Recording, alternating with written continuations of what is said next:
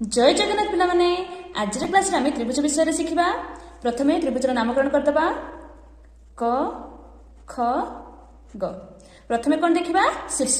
तो त्रिभुज टी शीर्ष कौन एटा गोटे शीर्ष एटा गोटे शीर्ष एटा गोटे शीर्ष केतोटी शीर्ष अच्छी तीनोटी।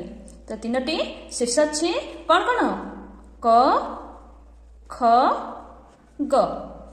तापर कौन देखा बाहु एटा गोटे बाहु एटा गोटे बाहु एटा गोटे बाहु। तो केतोटी बाहु अच्छी तीनोटी बाहु अच्छी कौन कौन क ख बाहु ख ग बाहु और ग क बाहु। तापर कौन देखा कौन एटा गोटे कौन एटा गोटे कौन एटा गोटे कौन केतोटी कौन अच्छी 1 2 3 तीनोटी कौन अच्छी कौन कौन ना तार क कौन ख कौन ग कौन। Thank you.